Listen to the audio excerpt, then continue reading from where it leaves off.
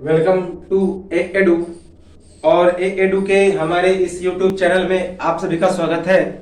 देखिए, मध्यकालीन भारत के इतिहास को हम लोग पढ़ रहे थे और मध्यकालीन भारत के इतिहास में हम लोग पूर्व मध्यकाल के इतिहास को पढ़ रहे थे, जो 750 ईस्वी से लेकर लगभग 1206 एडी तक था। अर्थात 8वीं शताब्दी से लेकर 12वीं शताब्दी के बीच के समय को हम लोग पूर्व मध्यकाल का समय कहते हैं। इसे राजपूत काल या सामंतवादी वंश भी कहा जाता है। तो इसमें हम लोगों ने पिछले वीडियो में इसके कुछ परिचय को देखा। उसके बाद कौन कौन से राजपूत वंश हैं, उनके संस्थापक एवं उसके राज्यों को देखा। और उसके बाद कुछ हम लोग राजनीति को देखें, उसके बाद समाज को देखें। आज हम लोग उसी राजपूतों के समाज, राजनीति, धर्म, इन सभी चीजों को आगे बढ़ाते हुए चित्रकला को देखेंगे और उसके बाद राजपूतों का पतन हो जाएगा। तो इन सभी चीजों को आज हम लोग देखेंगे। और इसके बाद हम लोग चलेंगे दक्षिण भारत, जो त्रिपक्षीय संघर्ष हुआ था, जिसे हमने पिछले वीडियो में दिखाया था। उसमें 3 साम्राज्यों के बीच युद्ध हुआ था। एक पाल वंश, दूसरा राष्ट्रकूट वंश जो कि दक्षिण भारतीय था, पाल वंश बंगाल की तरफ का था, और गुर्जर प्रतिहार जो कि भारत के उत्तर पश्चिमी तटीय इलाके अर्थात गुजरात के तरफ के जो शासक थे, उनके बारे में हम लोग देखेंगे। तो गुर्जर प्रतिहार और राष्ट्रकूटों को अगले वीडियो में हम लोग देखेंगे। तो चलिए हम लोग शुरू करते हैं पूर्व मध्यकाल के कुछ राजनीति को, तो कुछ धर्म को। पूर्व मध्यकाल में पूर्व की भांति ब्राह्मण धर्म में विकास होता रहा। तो पूर्व मध्यकाल में पूर्व की भांति ब्राह्मण के धर्म में विकास होता रहा कि पूर्व मध्यकाल से पहले ब्राह्मण धर्म चरमोत्कर्ष पर था। तो उसी चीज को पूर्व मध्यकाल के समय में ब्राह्मण धर्म का विकास होता रहा। शैव, शैव अर्थात जो शिव की पूजा करते हैं, शिव के उपासक को शैव कहते हैं। शाक्त, जो देवी की पूजा करते हैं। आदि संप्रदाय फलते फूलते रहे। पर जैन तथा बौद्ध धर्म, उसमें से मूलतः बौद्ध धर्म में गिरावट आया। तो शैव धर्म और उसके बाद शाक्त धर्म, शाक्त का मतलब होता है देवी की पूजा। तो ये सभी जो संप्रदाय थे, ये फल फूल रहे थे, इनमें काफी उन्नति हो रही थी। लेकिन जैन और बौद्ध धर्म, उसमें भी सबसे ज्यादा बौद्ध धर्म में गिरावट आया। तो याद रखेंगे, शैव, शाक्त अर्थात देवी पूजा, आदि संप्रदाय फलते फूलते रहे, पर जैन तथा बौद्ध धर्म, मूलतः बौद्ध धर्म में गिरावट आया। ब्राह्मण धर्म में शैव संप्रदाय के तहत कई उप संप्रदाय की चर्चा मिलती है, जैसे कि पाशुपात संप्रदाय, जिसके संस्थापक लकुलिश थे, तथा बीज सौ नियागत संप्रदाय, जिसके संस्थापक अल्लभ प्रभु और वासव थे। वासव कलचुरी शासक बिजवल, जो कि कर्नाटक क्षेत्र में पड़ता है, उसके मंत्री हुआ करते थे। तो जो ब्राह्मण धर्म था, उसमें शैव संप्रदाय के तहत कई उप संप्रदायों की भी चर्चा मिलती है, जैसे कि पाशुपात संप्रदाय। पाशुपात का मतलब होता है शिव। तो शिव का जो त्रिशूल होता है, उसे पाशुपात अस्त्र कहते हैं। तो पाशुपात संप्रदाय, जिसके संस्थापक कौन थे? तो लकुलिश। उसके बाद वीर सौ नियागत संप्रदाय, जिसके संस्थापक थे अल्लभ प्रभु और वासव। तो और वासव कौन थे? तो कलचुरी शासक विज्वल के मंत्री थे। किस क्षेत्र में? तो कर्नाटक के क्षेत्र में।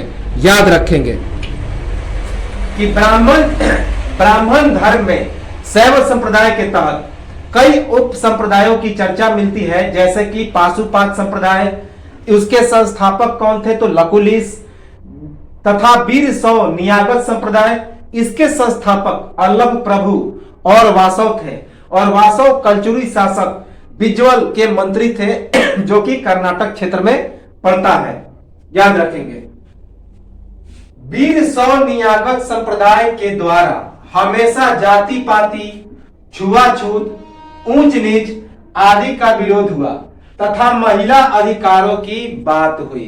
तो याद रखेंगे कि वीर शैव नियागत संप्रदाय के द्वारा हमेशा जात पात, छुआछूत, ऊंच नीच आदि का विरोध हुआ और महिला के अधिकारों की बात हुई। तो यह जो वीर शैव नियागत संप्रदाय था, यह नवीन विचार नवीन विचार का संप्रदाय था और यह जाति पाति, छुआछूत, ऊंच नीच इन सभी का विरोध करता था और महिला अधिकारों का समर्थक था। लेकिन ठीक इसके विपरीत जो पाशुपात संप्रदाय था, वह पुराने ढर्रे पर चलने वाला संप्रदाय था। महिला की अधिकारों से उसे कोई मतलब नहीं था और जात पात, छुआछूत, ऊंच नीच की यह बात करता था। वीर शैव नियागत के आचार्यों द्वारा कन्नड़ में उपदेश, कन्नड़ भाषा को बल मिला, दक्षिण भारत में लोकप्रिय संप्रदाय। तो जो वीर शैव नियागत के आचार्य थे, वे अपने उपदेश किस भाषा में देते थे? तो कन्नड़ भाषा में। और इसी कारण कन्नड़ भाषा को उस समय पूर्व मध्यकाल में काफी बल मिला।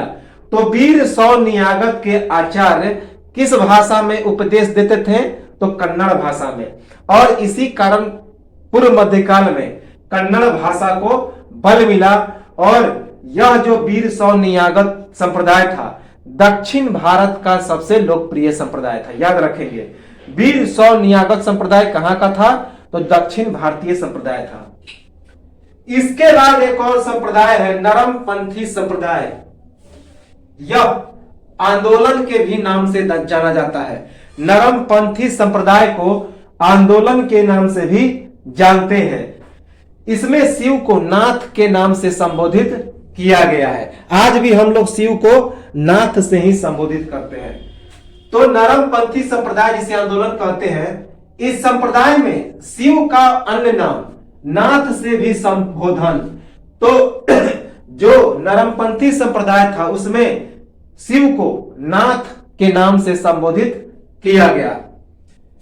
इस संप्रदाय में कुल 9 नाथों की संकल्पना, जिसमें शिव भी एक थे।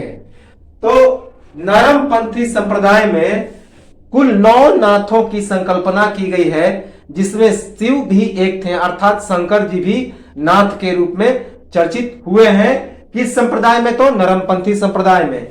तो इस संप्रदाय में कुल 9 नाथों की संकल्पना है, जिसमें शिव भी एक थे।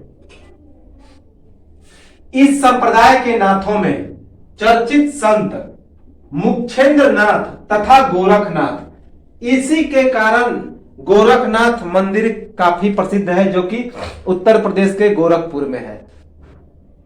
तो नरमपंथी संप्रदाय के नाथों में सबसे चर्चित संत कौन थे? तो मच्छेंद्र नाथ और गोरखनाथ। याद रखेंगे, ये नरमपंथी संप्रदाय के सबसे चर्चित संत थे, मच्छेंद्र नाथ और गोरखनाथ। नाथ अपने शरीर पर भस्म अर्थात राख लपेटते थे। तो ये जो नरमपंथी आंदोलन के संप्रदाय के नाथ होते थे, वे अपने शरीर पर क्या लपेटते थे? जिसे भाभूत कहते थे, भस्म कहते थे, राख, उसे लपेटते थे। तो नाथ अपने शरीर पर भस्म अर्थात राख लपेटते थे। यौगिक क्रियाओं तथा श्वास अभ्यासों पर बल देते थे।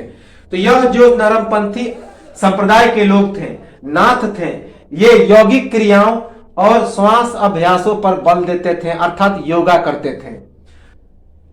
नाथों का सूफियों से निकट संबंध, अतः सूफीवाद पर नाथों के व्यवहार का व्यापक प्रभाव, विशेषतः निजामुद्दीन औलिया जैसे चिश्ती संतों पर। तो नाथों का सूफी संतों से काफी निकट संबंध था। इसी कारण सूफीवाद पर नाथों के व्यवहार का पूरा प्रभाव पड़ा। विशेष करके निजामुद्दीन औलिया जैसे चिश्ती संतों पर यह प्रभाव ज्यादा पड़ा। तो नाथों का संबंध किससे था? तो सूफियों से, सूफी संतों से ज्यादा था। इसी कारण सूफीवाद पर नाथों का व्यापक प्रभाव पड़ा, विशेष करके निजामुद्दीन औलिया जैसे चिश्ती समुदाय के संत पर। आगे हम लोग चिश्ती, सुहरावर्दी सभी संप्रदाय की सूफी आंदोलन में चर्चा करेंगे। अब हम लोग देखते हैं पूर्व मध्यकालीन अर्थव्यवस्था पे इकोनॉमिक कंडीशन कैसी थी। वह जो अर्ली मेडिएवल पीरियड था उसका जो अर्थव्यवस्था था, इकोनॉमिक कंडीशन वो कैसा था। पूर्व मध्यकाल कृषि क्षेत्र को छोड़कर मुख्यतः अर्थव्यवस्था में गिरावट। तो पूर्व मध्यकाल में कृषि क्षेत्र को छोड़कर बाकी अर्थव्यवस्था में गिरावट देखने को मिलता है। नहरों, बांधों, जलाशयों के निर्माण के लिए प्रसिद्ध था। तो जो पूर्व मध्यकाल का समय था, सिंचाई के लिए नहरों, बांधों और जलाशयों के निर्माण के लिए काफी प्रसिद्ध था और आज भी हम लोग उसी का पालन करते हैं। तो पूर्व मध्यकाल में कृषि को छोड़कर मुख्यतः अर्थव्यवस्था में काफी गिरावट आई। भूमि अनुदान के फलस्वरूप कृषि में विकास की स्थिति उत्पन्न। तो जब भूमि अनुदान मिला सामंतों को, ब्राह्मणों को, मंदिरों को, तो इस कारण खास करके व्यापारियों को, तो इससे ये समुदाय के लोग कृषि विकास में अपनी स्थिति मजबूत करने लगे। तो भूमि अनुदान के फलस्वरूप कृषि में विकास की स्थिति उत्पन्न हुई। विभिन्न अनुदान भोगियों, ब्राह्मण, मंदिर, व्यापारी, अधिकारी आदि द्वारा नई जमीनों पर कृषि कार्य प्रारंभ किया गया। तो जो अनुदान भोगी होते थे, जिनको जमीन मिलता था भूमि अनुदान के स्वरूप, उन्होंने क्या किया, जमीनों पर कृषि कार्य करना आरंभ कर दिया। जैसे कि ब्राह्मण, मंदिर, व्यापारी और अधिकारी वर्ग, इन्होंने क्या किया कि नई जमीनों पर कृषि कार्य आरंभ कर दिया। अरघट, अनुदान भोगियों द्वारा कृषि में पूंजी एवं तकनीकी निवेश। तो तकनीकी निवेश, नए नए तकनीक का इन्होंने कृषि क्षेत्र को बढ़ाने के लिए विकास शुरू कर दिया जो अनुदान भोगी थे। तो अनुदान भोगियों ने कृषि में पूंजी एवं तकनीकी निवेश की भी शुरुआत की, अर्थात कृषि कार्य को बढ़ाने के लिए पूंजी और तकनीकी निवेश का भी उन्होंने बढ़ावा किया, प्रयोग किया, पूंजी को भी बढ़ाने लगे। अरघट तथा घट्टी यंत्र, जो कुएं से पानी निकालने की तकनीक थी, जिसकी चर्चा वाण्य भट्ट द्वारा रचित हर्षचरित में मिलती है, आदि के माध्यम से सिंचाई कार्यों में बल मिला। तो पूर्व मध्यकाल में अरघट और घट्टी यंत्र, जो कुएं से पानी निकालने की एक तकनीक थी और इसकी चर्चा वाण्य भट्ट द्वारा रचित हर्षचरित्र में है, तो इसके माध्यम से सिंचाई कार्यों में बल मिला। तो याद रखेंगे कि पूर्व मध्यकाल में कुएं से पानी निकालने के तकनीक जैसे कि अरघट और घट्टी यंत्र के द्वारा सिंचाई कार्यों में बल मिला। और इसकी चर्चा किसने की है, तो वाण्य भट्ट ने अपनी पुस्तक हर्षचरित में। याद रखेंगे, यह पूछा जाता है कि वाण्य भट्ट का प्रसिद्ध पुस्तक तो हर्षचरित है। दक्षिण भारत में मंदिरों द्वारा तालाब तथा एनीकट का मतलब होता है नहर, के माध्यम से सिंचाई को बढ़ावा। तो दक्षिण भारत में नहर को एनीकट कहते हैं। तो दक्षिण भारत में मंदिरों के जो कमाई होती थी, तो उसके तालाब से और उसके नहरों के द्वारा सिंचाई को बढ़ावा मिला। तो याद रखेंगे कि दक्षिण भारत में मंदिरों द्वारा तालाब तथा एनीकट के माध्यम से सिंचाई को बढ़ावा मिला। पूर्व मध्यकालीन साहित्य। अब हम लोग आर्ट लिटरेचर के बारे में आते हैं। अर्ली मिडिएवल पीरियड, पूर्व मध्यकालीन इतिहास में क्या क्या जो साहित्यिक रचनाएं हुई थी उसे हम लोग देखें। तो सबसे पहले महत्वपूर्ण पुस्तक कलहन द्वारा रचित राजतरंगिणी। तो कलहन ने एक महत्वपूर्ण पुस्तक की रचना की जिसका नाम था राजतरंगिणी, जिसे राजाओं की नदी कहा जाता है। इसमें पूर्व मध्यकाल के सभी राजाओं की चर्चा है। तो कलहन ने राजतरंगिणी नामक एक पुस्तक की रचना की जिसे राजाओं की नदी अर्थात रिवर ऑफ किंग्स कहा जाता है। जयदेव द्वारा रचित गीत गोविंद, जिसे गायों के झुंड का गीत कहा जाता है। तो जयदेव ने एक महत्वपूर्ण पुस्तक जिसका नाम था गीत गोविंद, उसकी रचना की, जिसे गायों के झुंड का गीत कहा जाता है, the songs of cow heard. तो इसे याद रखेंगे कि जयदेव ने गीत गोविंद की रचना की थी, जो पूर्व मध्यकालीन साहित्य का एक महत्वपूर्ण रचना है। सोमदेव द्वारा रचित कथा सरित सागर, जिसे कहानियों का समुद्र कहते हैं, ओशियन ऑफ टेल्स। तो सोमदेव ने कथा सरित सागर नामक एक रचना की, तो जिसे कहानियों का समुद्र अर्थात ओशियन, टेल्स ऑफ ओशियन कहते हैं। याद रखेंगे सोमदेव ने किसकी रचना की, तो कथा सरित सागर, जिसे कहानियों का समुद्र भी कहते हैं। मोस्ट इंपोर्टेंट जो पूछा जाता है, चंद्रवरदाई। पृथ्वीराज चौहान का यह दरबारी कवि था।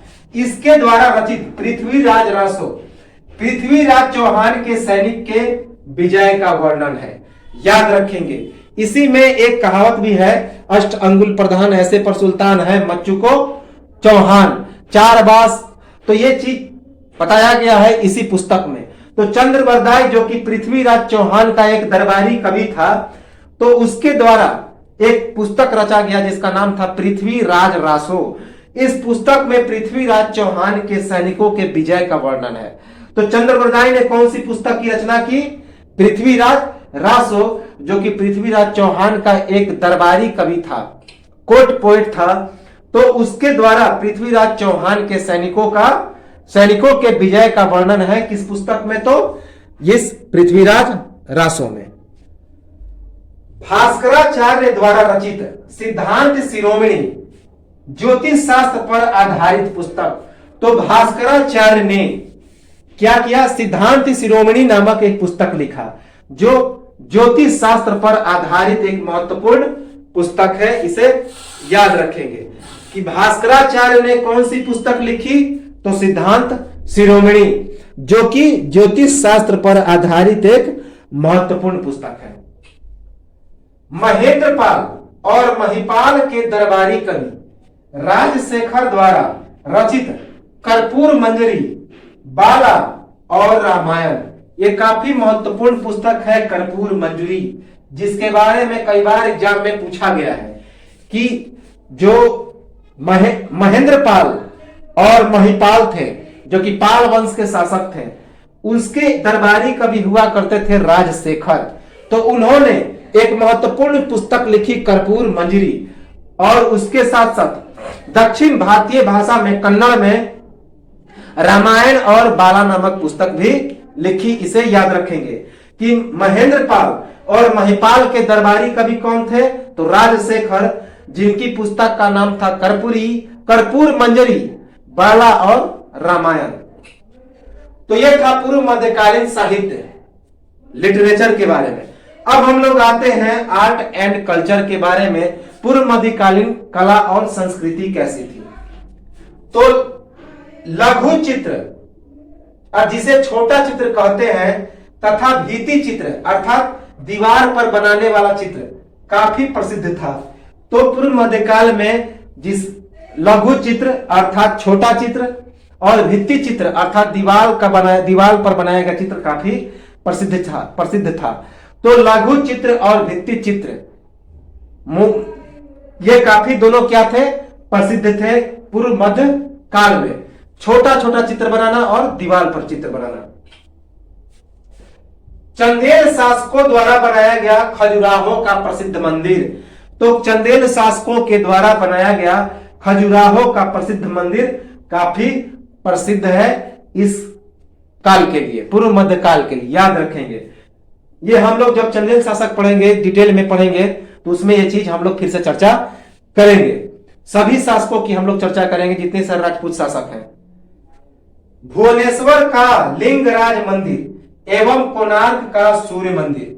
तो भुवनेश्वर का लिंगराज मंदिर और कोणार्क का सूर्य मंदिर, भुवनेश्वर का लिंगराज मंदिर और कोणार्क का सूर्य मंदिर, ये दोनों पूर्व मध्यकाल के कला एवं संस्कृति के अद्भुत नमूने हैं। राजस्थान के माउंट आबू का दिलवाड़ा मंदिर। तो राजस्थान के माउंट आबू का दिलवाड़ा मंदिर, जहां पे भीम तृतीय के साथ युद्ध हुआ था चंदेल शासकों का, तो राजस्थान के माउंट आबू का दिलवाड़ा मंदिर ये काफी पूर्व मध्यकालीन इतिहास का काफी एक जीता जागता नमूना है। राजस्थान के माउंट आबू का दिलवारा मंदिर। तो ये तो था पूर्व मध्यकालीन आर्ट एंड कल्चर, कला और संस्कृति। अब हम लोग चित्रकला एवं वास्तुकला की पर आते हैं, आर्ट पे आते हैं, चित्रकला एवं वास्तुकला पे। तो पूर्व मध्यकालीन चित्रकला एवं वास्तुकला को देखें। चित्रकला के कलाकृति राजस्थानी और पहाड़ी विद्यालय। तो पूर्व मध्यकालीन जो चित्रकला और कलाकृति थी वह राजस्थानी और पहाड़ी विद्यालय पर आधारित थी, कि ज्यादातर कलाकृति राजस्थानी और पहाड़ी विद्यालय पर ही, पहाड़ी विद्यालय के अंतर्गत ही होती थी, याद रखेंगे। कलाकृति का मुख्य विषय क्या था? भक्ति चित्रकला, जिसके अंतर्गत रामायण, महाभारत, राधा कृष्ण पर आधारित चित्र बनाए जाते थे। तो जो चित्रकला का मुख्य विषय था वह भक्ति चित्रकला था, अर्थात जो रामायण था, महाभारत था, राधा कृष्ण, इस पर आधारित चित्र बनाए जाते थे, अर्थात कि देवताओं के नाम पर या फिर देवताओं के चित्र बनाए जाते थे। अर्थात कलाकृति का मुख्य विषय क्या था? तो भक्ति चित्रकला। जैसलमेर, जयपुर, जोधपुर, बीकानेर आदि शहरों की नींव विरासत की शहरें। तो पूर्व मध्यकाल में जिसे हम लोग विरासत की शहर कहते हैं, तो राजस्थान के अंतर्गत जैसलमेर, जयपुर, जोधपुर, बीकानेर, इन सभी विरासत की शहरों का निर्माण हुआ, जो कलाकृति का अद्भुत नमूना है। इसे हम लोग उन शहरों को देख सकते हैं।